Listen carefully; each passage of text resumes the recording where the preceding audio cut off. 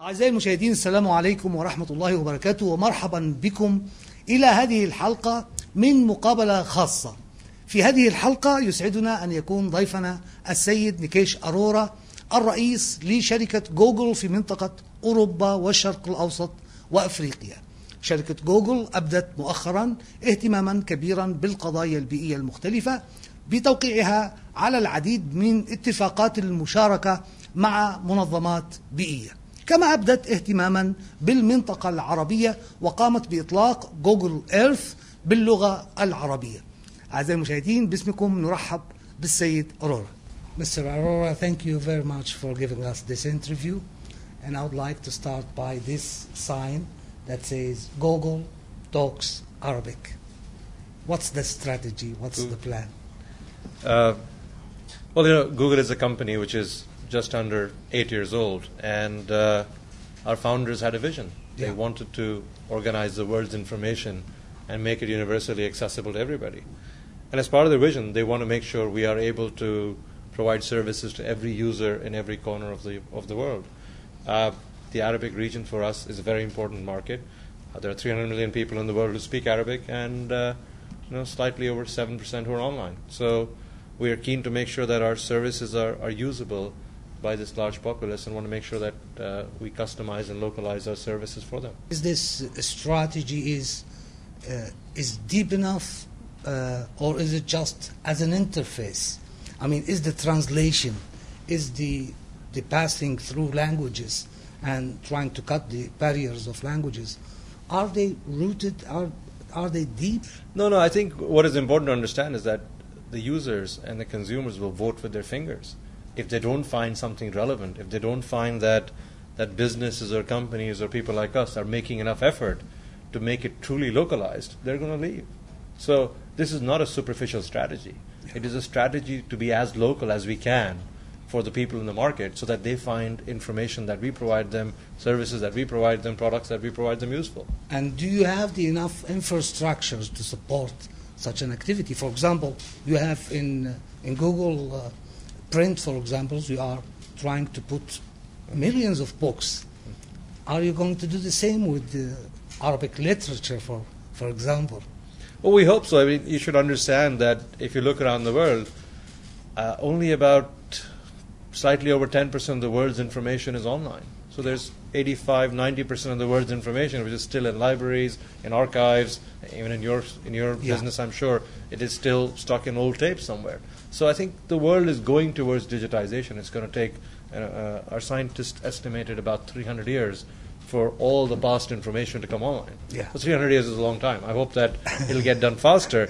But we hope that we will be there, and we will help support this initiative to make information accessible to everybody, wherever they are, however they want to access it. Google is connected now to a big number of users and big services. Can you talk to us a bit about the connections, direct connections you have with the environment issues? As you're aware, we are a company which is not very old, so we have had the benefit of being a new company.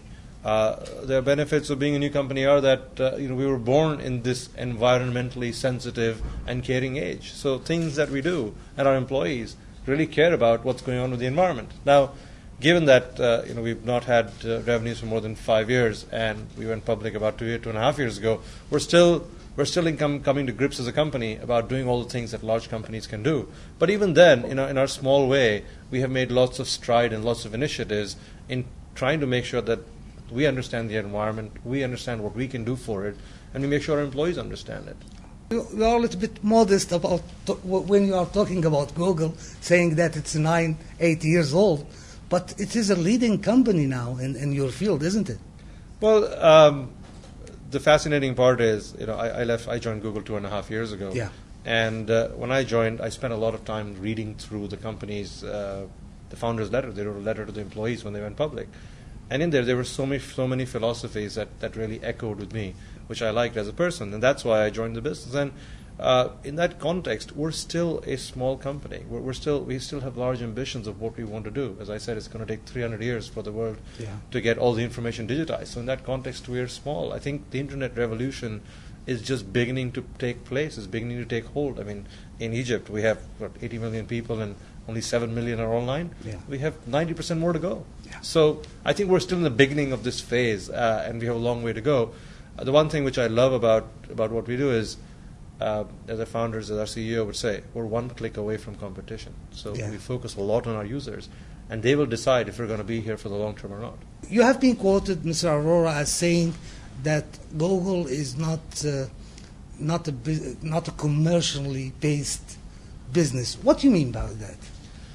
I think what is important to understand is that when two people leave their PhD and come out of Stanford and start something like this, which started off as a thesis, as a PhD project to try and organize the world's information, the entire focus has been product, has been users, has been how do we do this well so that users will like this.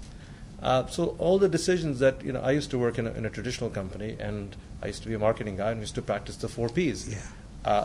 At Google, there's 1 P.